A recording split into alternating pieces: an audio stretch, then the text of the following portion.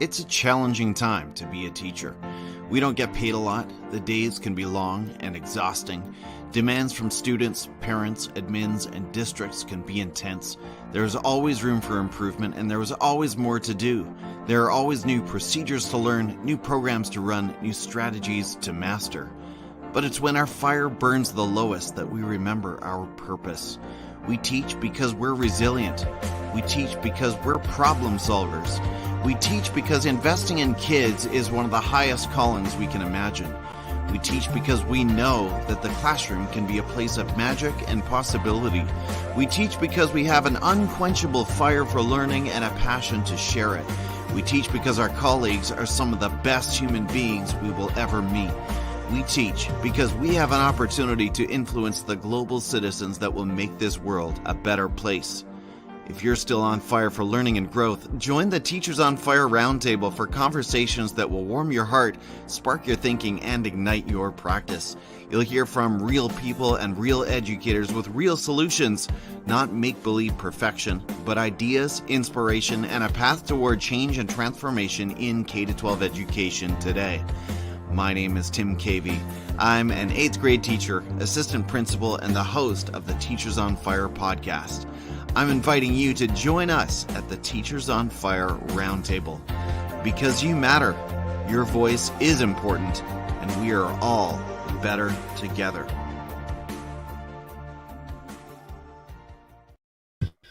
Good morning, Teachers on Fire. Welcome back to another conversation that will warm your heart, spark your thinking, and ignite your professional practice. My name is Tim Cavey. I'm an 8th grade teacher, assistant principal, and the host of the Teachers on Fire podcast.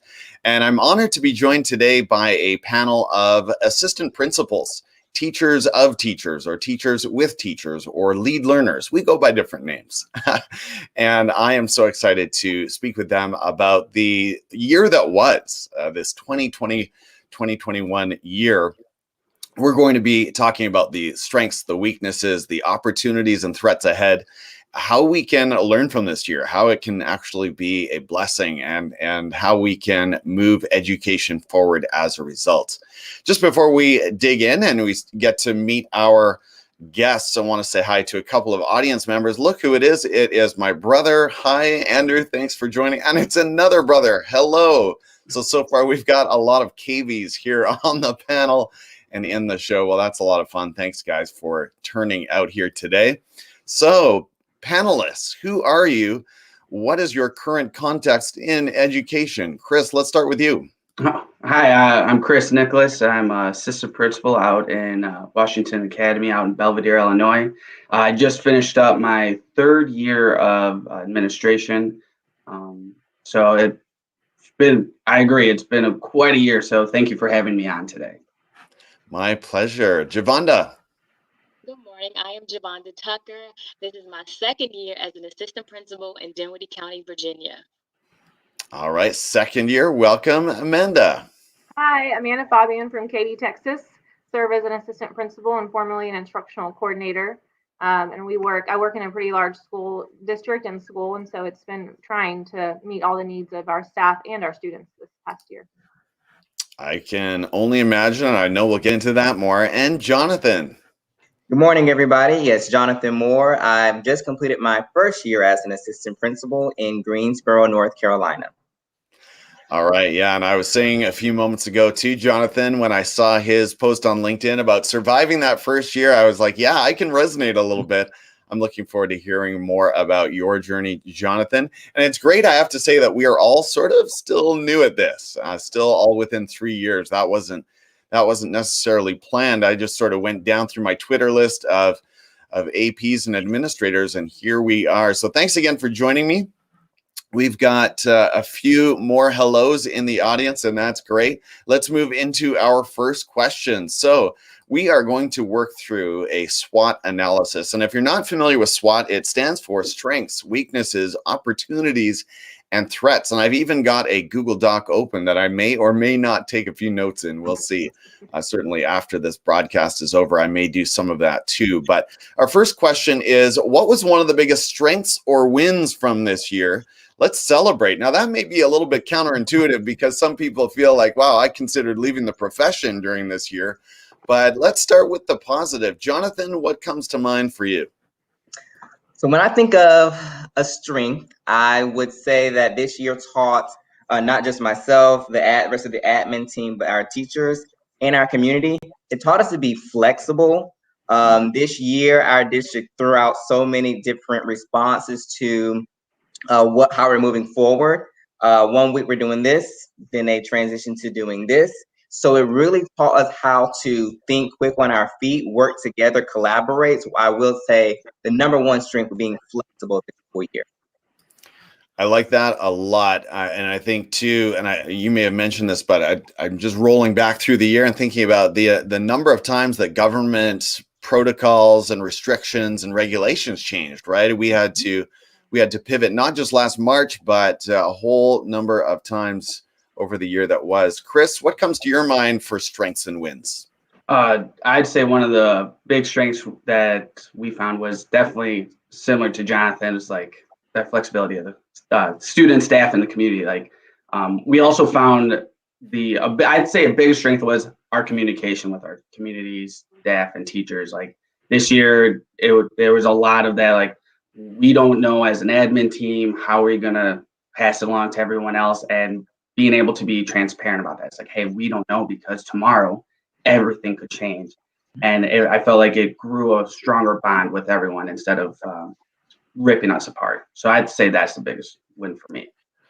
That's great to hear that in some ways there was a little bit of as you say, a stronger bond, like a connection. I found there were sort of pros and cons there, right? Like in some ways we grew closer because we're in the shared struggle together. And then other ways it was so hard to remain connected as we'd like to. But Giovanda, what about strengths and wins from your perspective? I would say that communication was really big for us, but also the collaboration between the staff, the students, our community, especially our central office as well, but also to be able to see the resilience of our young people, our families, and other stakeholders. Resilience, resilience, resilience was really, really big for us. Our kids impressed us, absolutely. And Amanda? I agree with what everyone said. When I first read this, was thinking of when you said strengths and wins, our kiddos came to mind. And so I think for me, it would be we, as a large district, we focused more on the SEL, the social emotional for our students versus digging into the rigor of the curriculum. Protocols and safety practices made us go back to the basics, back to very simplistic norms. And so I think we're in a great place of taking what is the very basic need of our staff and students, and then how do we rebuild upon that? That deeper focus on SEL, I feel like was impactful for everybody, whether that's students or staff. We really got to know where people were struggling during the quarantine, where they hit financially, where they hit emotionally. Was it anxiety? What were our students getting or not getting at home? And so that deep focus district-wide, I feel like was impactful, because then top down, it was very apparent where the district, the upper management versus campus level versus student and home level, I think was super powerful for us. We served 88,000 plus students. And so, yes, very large district. And so the needs vary, right? To somebody who's getting everything they need at home during quarantine to a student who's now been lost in the public education system. So the SEL focus was imperative for us to get in contact with as many students as possible. You touched on a couple of really big points there in terms of SEL and the equity piece, and I know we'll come back to that. Looking forward and thinking about how we can apply what we've learned in this past year to the next year. Let's move into the next question and talk about weaknesses. And in some ways, this one is like, wow, where do you want to start with the weaknesses and the adversity that we face, some of the losses from this past year? I'll try to sort of snake my way back here. So maybe, Amanda, I'll go right back to you on this one. When you think about some of the biggest challenges, what's one that comes to your mind?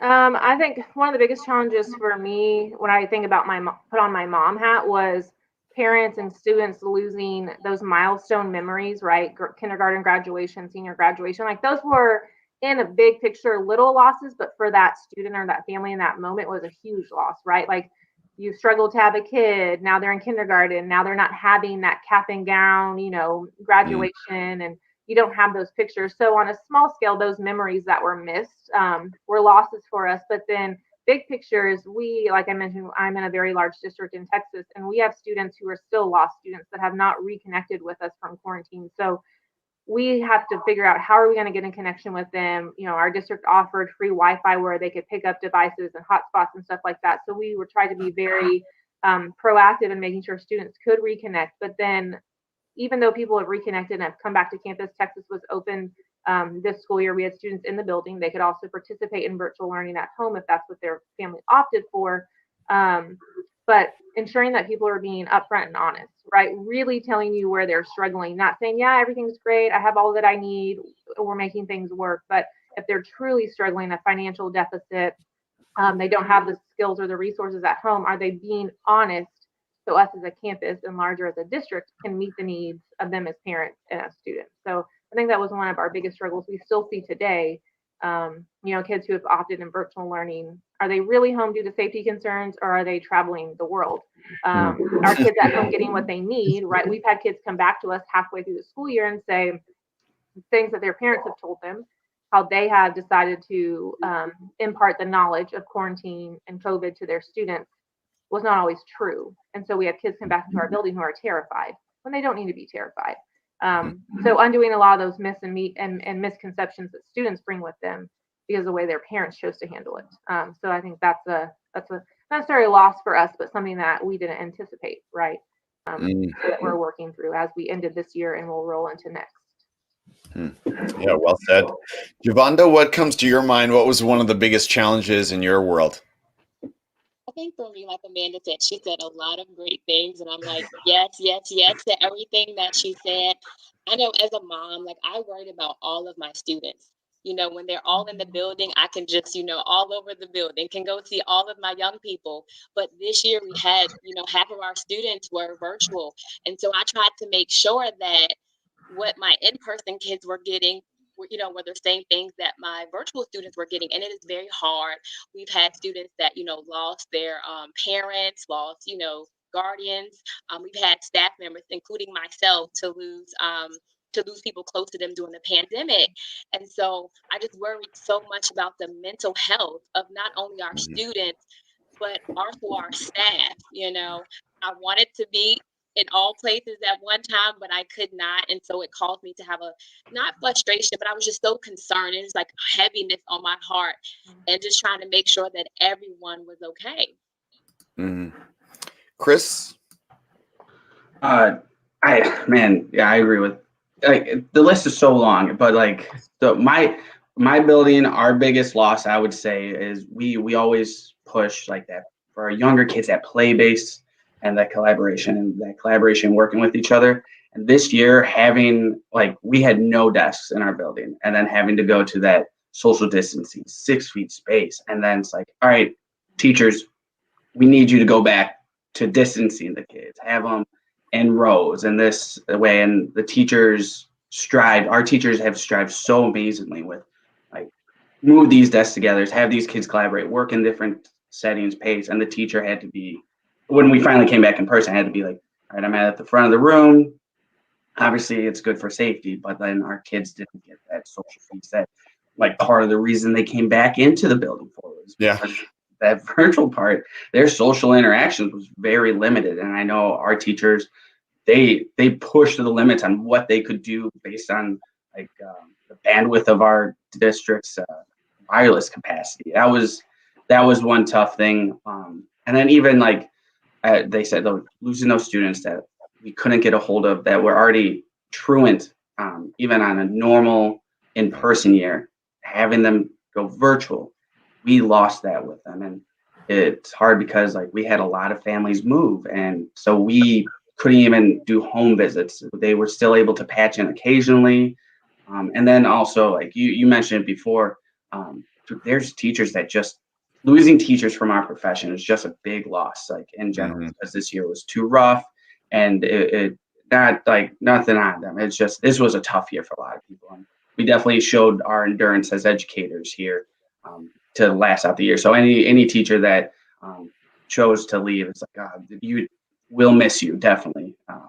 And your students will too. So there's just those things like that. And being in the elementary building, like Amanda said, like those small little memories, because we used to have like after school events and like dressing up and being goofy with being an admin and teachers, bringing that fun, like dressing up as superheroes or dressing up as your favorite storybook character. That was so limited this year, but we tried our best with the limitations, but losing those memories and what brings the kids to the school.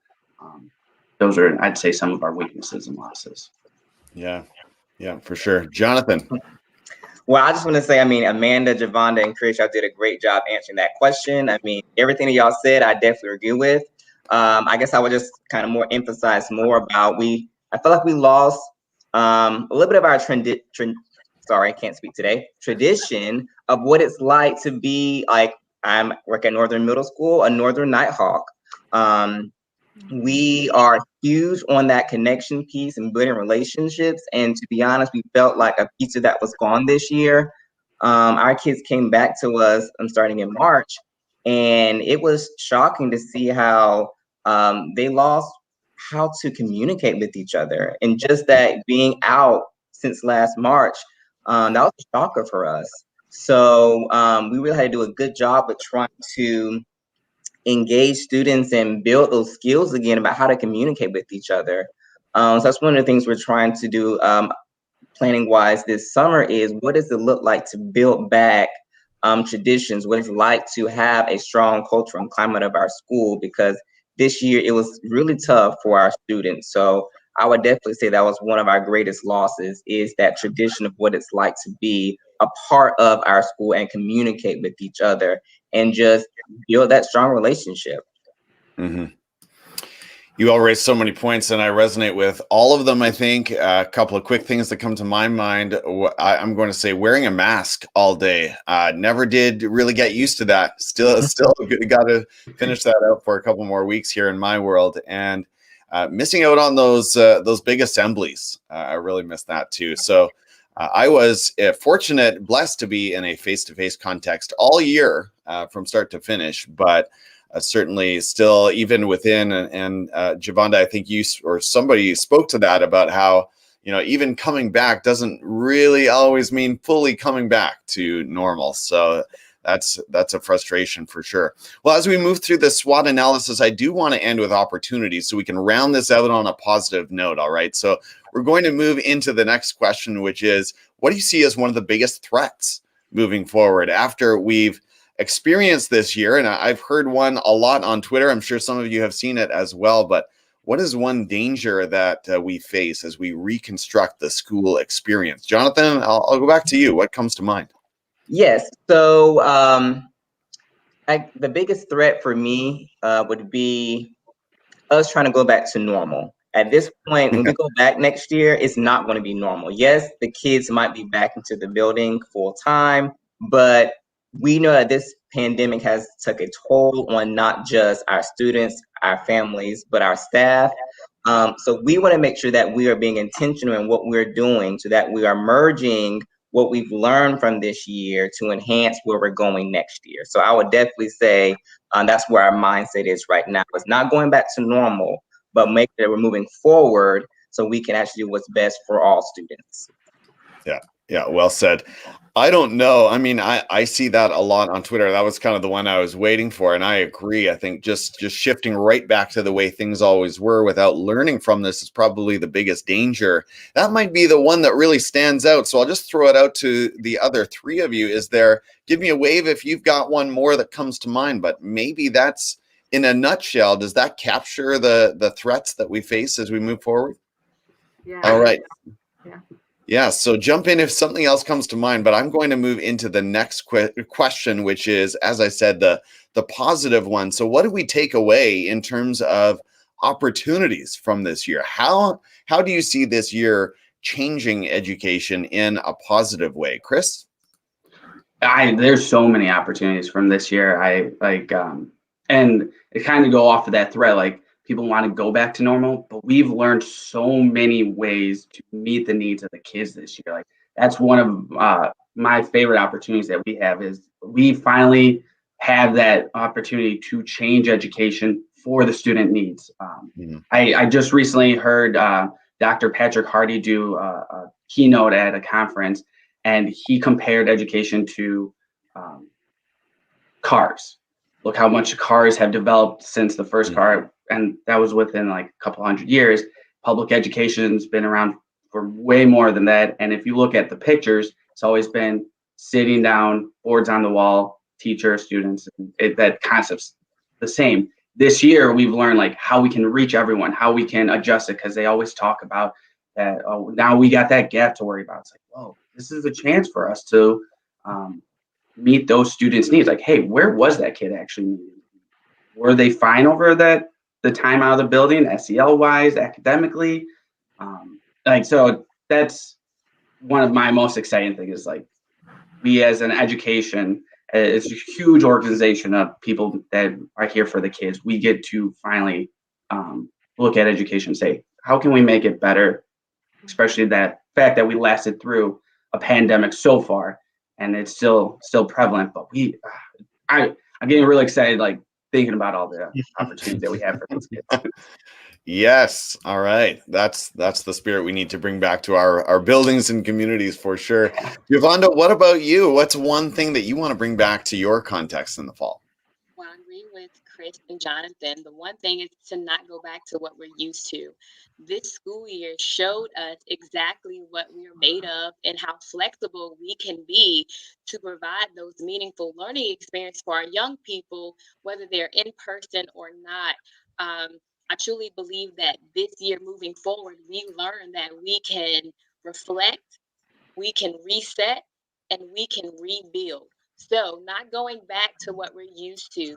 This year showed us how to think outside the box, how to, give our families and our staff and our students exactly what they need. This year was truly a work of heart. And I think that everyone, whether you're a custodian, the principal, the reading specialist, we showed exactly what we're made of. And moving forward, we have this flyer now, and we cannot go back to what we're used to. That was awesome. Reflect, reset, rebuild. I hope I got that right. And hello to Mark Ryan, who is tuning in from the UAE. And he says, let me pull it up here. He says, there's also an opportunity to build a better Twitter PLN since so many educators came online. And I think that's true. I think a lot of educators really woke up to this idea of, wow, the global K-12 education community is actually pretty vibrant. It's pretty big, and there's a lot of encouragement and resources that you can draw from it. So I agree, Mark, and we're all on Twitter. I hope if you're watching us now or on the replay, you'll join us on Twitter as well. Jonathan, what's one thing that you are taking with you into this coming school year? It's quite a bit, actually, especially like you just said, just finishing my first year. But next year, I want to come into the mindset next year of really doing a better job with promoting student advocacy. This year, I feel like it forced students to actually reach out more than ever to teachers and ask for support. So I want to make sure that we continue that, and I continue assisting teachers in building that knowledge for our students to do, because we really want to make sure that we're preparing them not just to grow academically, but grow socially, and making sure that they are ready when they finish high school to go to college or a job if they want to do that. We want to make sure that we are pretty much helping them grow in all areas. So I definitely want to make sure that I increase that and keep with that mindset of doing what's best for students in their advocacy. So that's just one thing that I would say right now. Sure. And I'm waiting to see if Amanda will take, I've got a couple of ideas. I'm still waiting to hear them. So Amanda, what is one or two things that you're bringing to your school in the fall? I think just continuing to be relationships first mindset. That's kind of how I operate. And so I spent a lot of this past year, of course, dealing with everything that we were, and as protocols changed and shifted and went back to what they were and then changed it again, being very relational. I had a student who came to my office this past year, and she said, I just needed to come here for a couple minutes because you make me feel good about myself. And that just made the year for me. That was towards the end of the school year. And so it reminded me that acting from my relationships first model does work. And sometimes, it's not that I don't care about the curriculum or I don't think it's important or the rigor, but kids need that SEL so much. And I think that that's something that quarantine and COVID and the pandemic has brought to our forefront, is that SEL was there. It's always been there. We've always known, like, hey, we can do these things. Here's some things we can add to our toolkit. We can do this with our class. But the district as a whole adopted an SEL curriculum and made that a priority this year, and it will continue going into next year. And so for our students and our communities, we saw strong communities in our classrooms.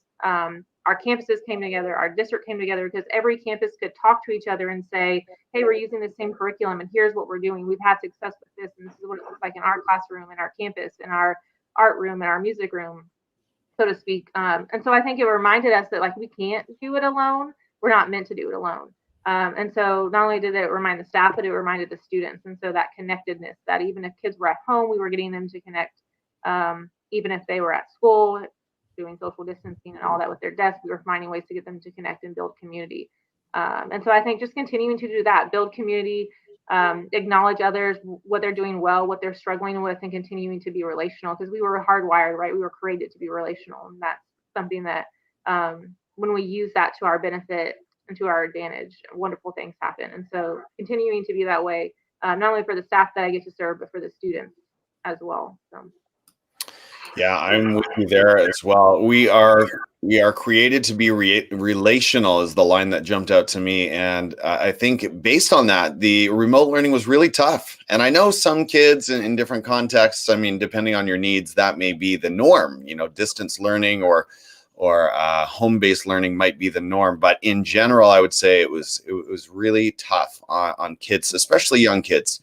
A couple of opportunities that I was thinking of too, and I'm sure you will resonate with these APs, is when it came time to student-led conferences or parent-teacher conferences, just conducting those by video at first was a bit of an obstacle or frustration, but some parents really loved it. And I think if it improves that access, if it means that a hardworking parent doesn't have to take time off work and they can just connect for 10 or 15 minutes and be involved, that to me was such a win. And so that's one thing that I hope we can continue, is just offering parents that opportunity. Not that I don't want them to come in to the building and sit down face to face, but I think overall it's about improving access. And with a lot of single income or single parent families or dual income families, that's going to be a help moving forward. And then just having... I was going to say, as well as on the special ed side, on the art or IEP, different states call it different things, but offering working parents the opportunity to join via Zoom and online was phenomenal. We had more attendance than ever. So sorry to jump in. You're absolutely right. IEP meetings, kind of a similar idea, and just having a culture of video and live streaming through the building and through the district or community, I think is really, really helpful. It was eye-opening, right? Because as I said earlier, we couldn't do these assemblies the way we would want to, but then some of the improvisation that we came up with actually was pretty fun and might have some use going forward. So just thinking about how to use video to communicate and to connect with people. No, it's not the same as face-to-face, but it does open up some interesting possibilities of bringing teachers into other classrooms around the building, for example. That's something that we worked on, and that went really, really well. So some exciting things there. And I know we could go deeper on that, but maybe we'll come to it in our next question. And I'm putting our APs on the spot. We're all sort of new at this assistant principal game. So be a little bit vulnerable here. Share with us about one of your professional goals. We know it needs to be a SMART goal. No, you don't have to. You don't have to give us numbers here on the record, but we won't keep you accountable. But what is one way that you hope to be better in the coming school year? Jonathan, tell us about one goal after this one whirlwind year. I'm sure you've got many of them, but what's one goal that you've got?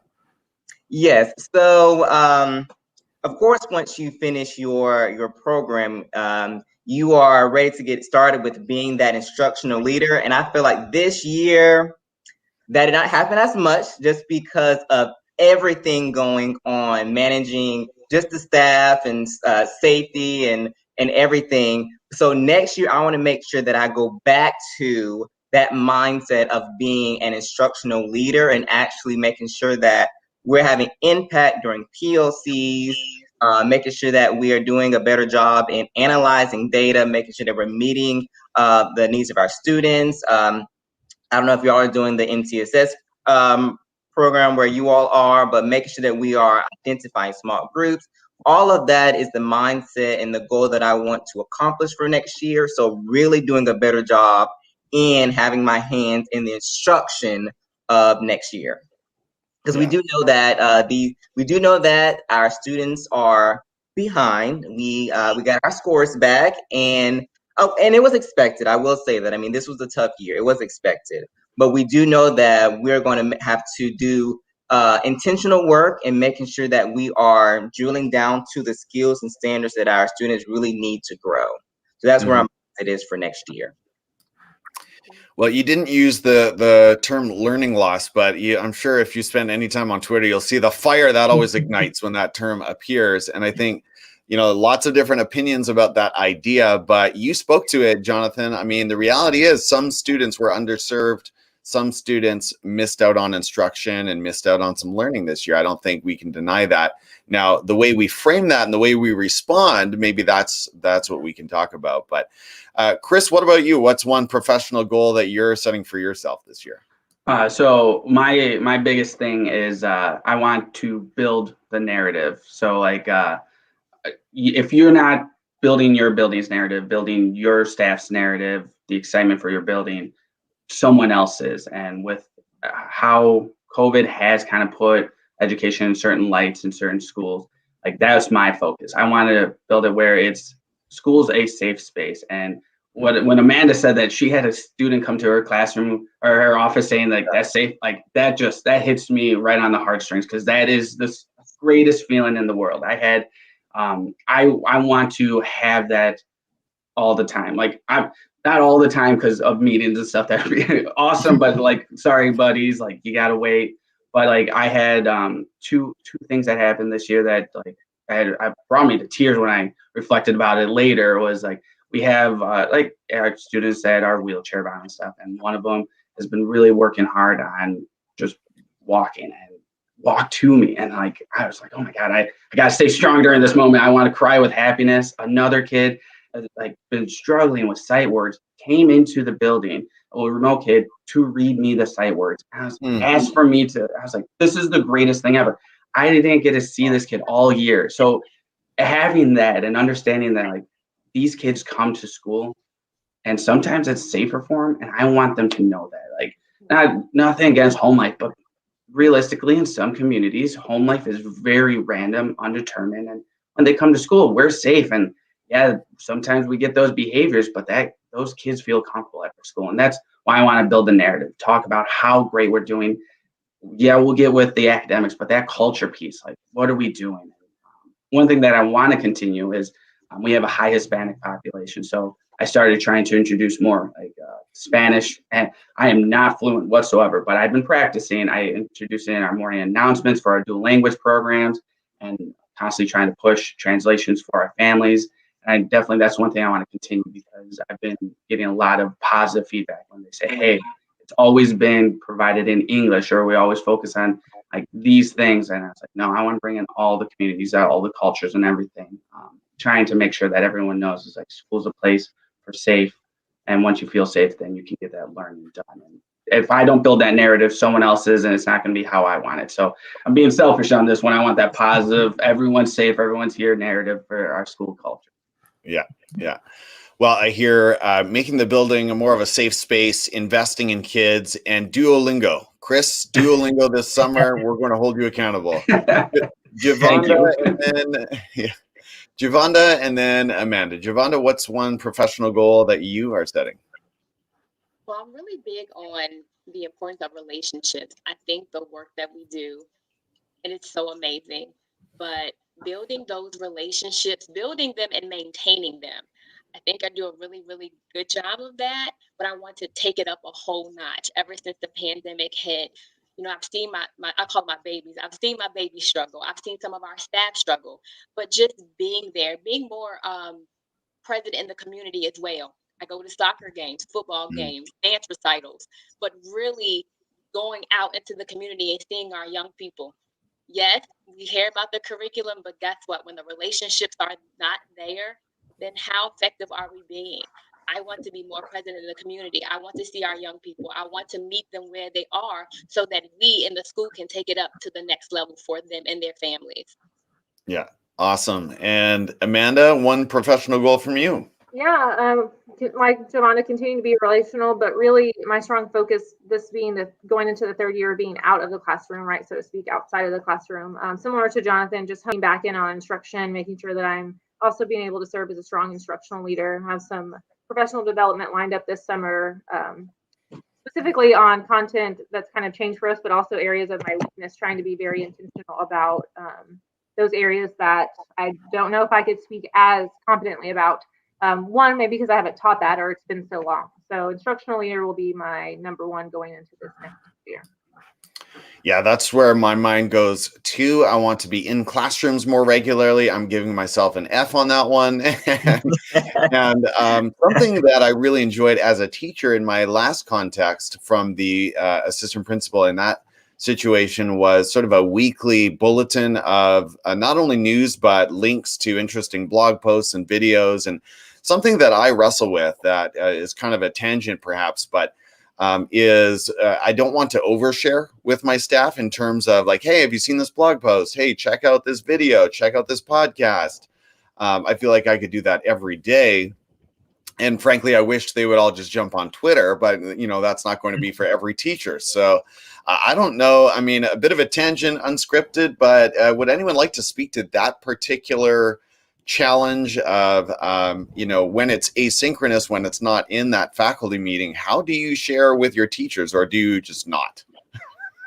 So what we did this year, my admin team, we do rounding. I don't know if that's a practice that's all over, but you give the teachers an opportunity to tell you what's going well, what are some challenges, to recognize fellow staff. We added a fourth question this year was, what are your career goals? So then we really individualized it. So if our teacher wants to become a math interventionist, or they want to stay in the classroom but become the team lead, or they want to go to central office, we now know.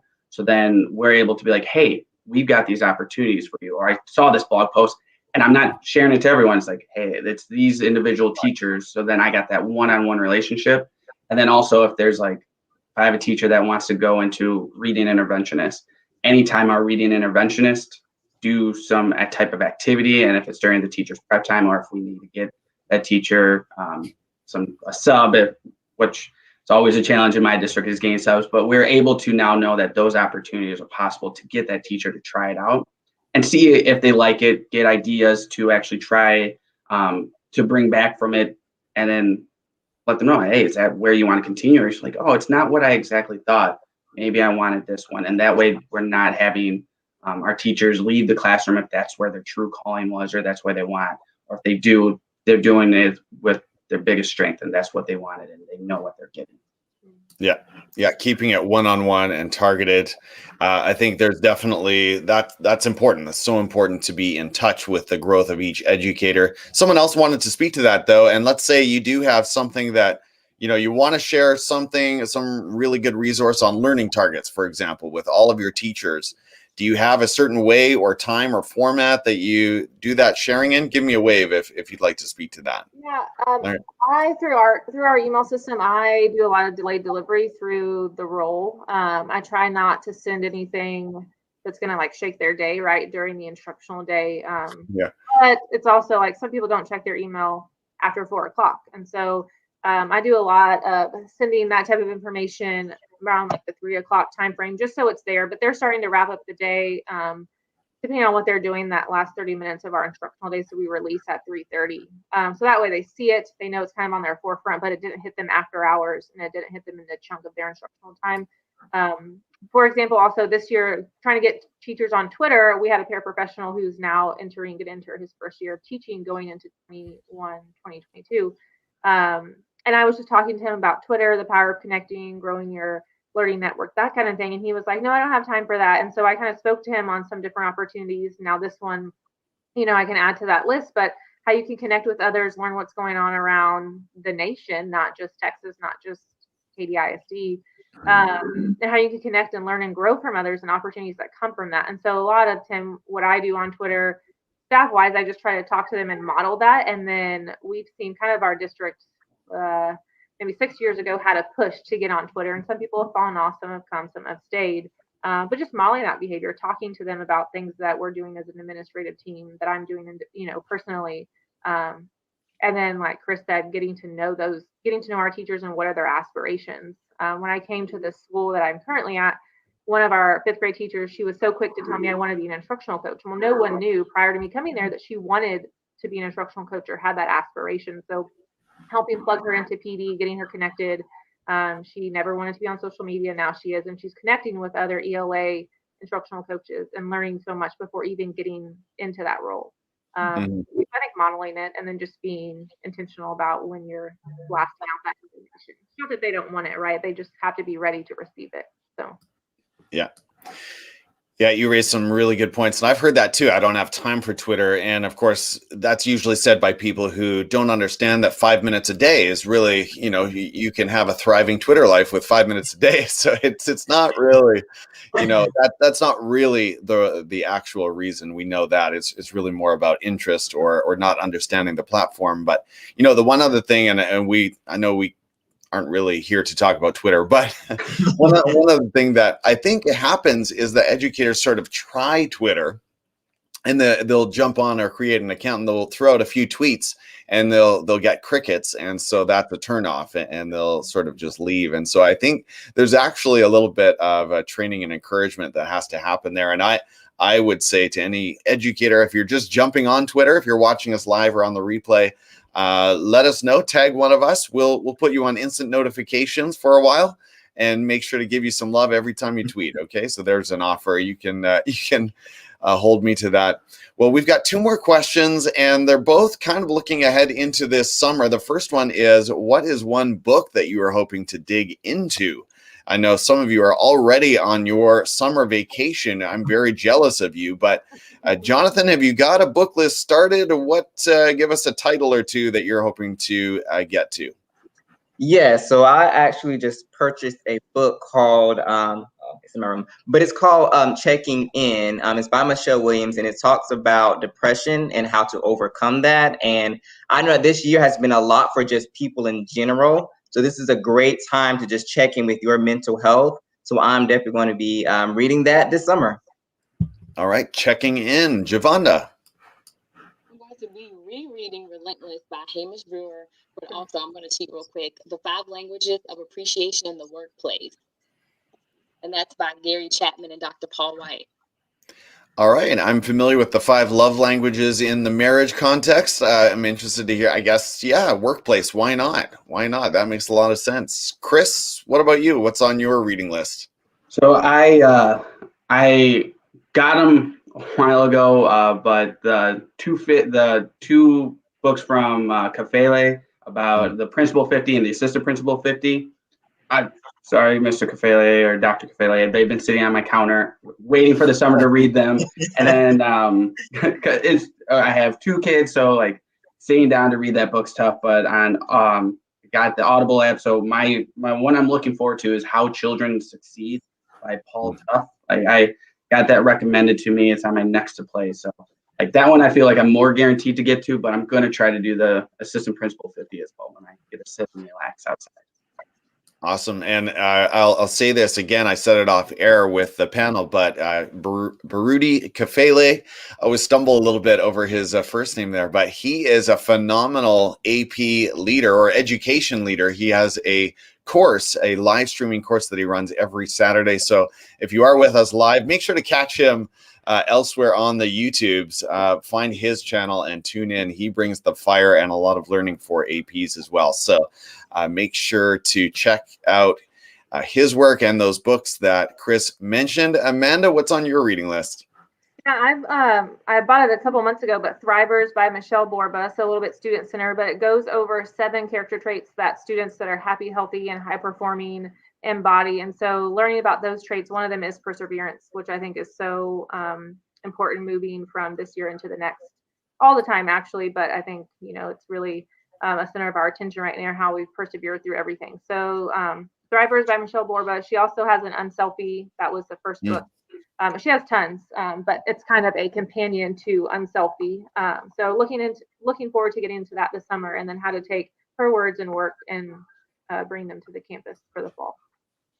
I've got Unselfie in my Kindle. It's one of many that I've started and I need to finish. So thank you for that, Michelle Borba plug. All right, last one. This is just a fun one, educators, and it doesn't need to be deeply profound, but what is one self-care strategy that you'll be using to bring back your fire over the weeks to come? What's that going to look like for you, Jonathan?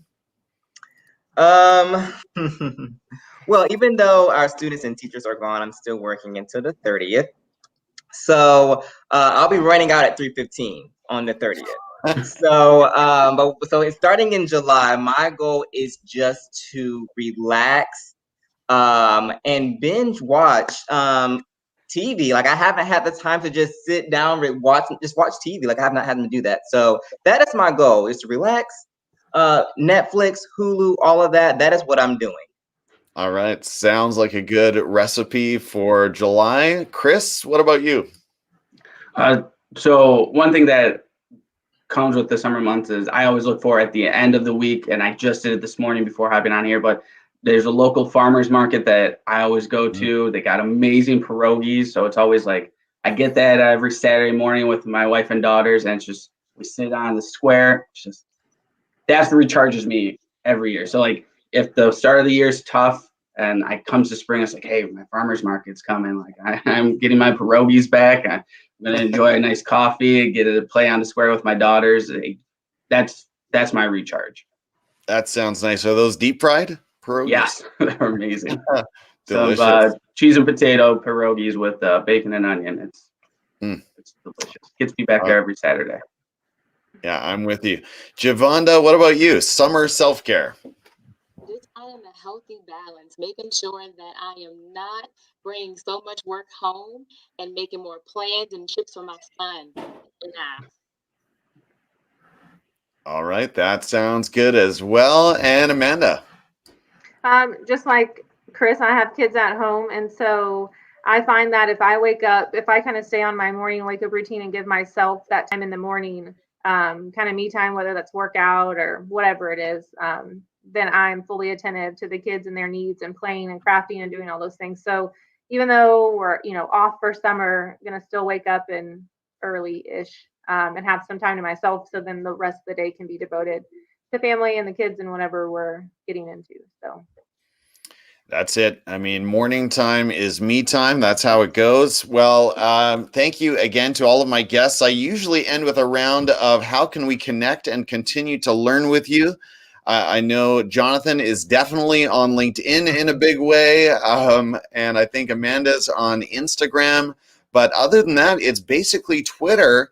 So I won't go to each one of you, but I will say for the podcast listeners, you know what, we should do a round. For the podcast listeners, let us know what your Twitter handle is. And if there is anything else, I'll give you that opportunity. If you've got a blog or a channel or a podcast or a book or whatever it might be, let people know how they can connect. And if it is just Twitter, that's great too. Amanda. So I'm just solely on Twitter for educational purposes, but you can reach me at the letters AG and then Faubs, Faubs. So AG Faubs on Twitter. Perfect. Giovanda. Twitter also, that is the only thing that I have, but it is such a blessing. You can follow me at Giovanda Tucker. John. Yes, so on Twitter, Mr._Moore, BME. But then also I'm on Facebook, School with Moore and Dukes. Me and one of my cohort members, we actually do educational conversations just like this on our Facebook. So make sure to follow us also. Once again, that's Schooled with Moore and Dukes. I got to look that up. I'm looking that up right after this. And Chris. You can find me on Twitter at Chris, and it's with a K, and Nick_Nicholas, also with a K. Some people like to put the CH in those. And I'm like the new people on Twitter. So like I go on, I like and retweet like 5 times a day. So anyone that follows me, you'll notice I do like a lot of Taco Bell stuff. And that's another self-care I have. So nothing too exciting yet. I'm working on growing from liking Taco Bell tweets to more educational stuff. Hey, educators, thank you again so much for this conversation. I really learned a lot and was frankly deeply inspired by each of you. So thank you for sharing your journeys with us. Have a wonderful summer and best wishes for a great return in the fall. Take care and enjoy the rest of your Saturday with your families. Bye, everyone. Bye-bye. Bye.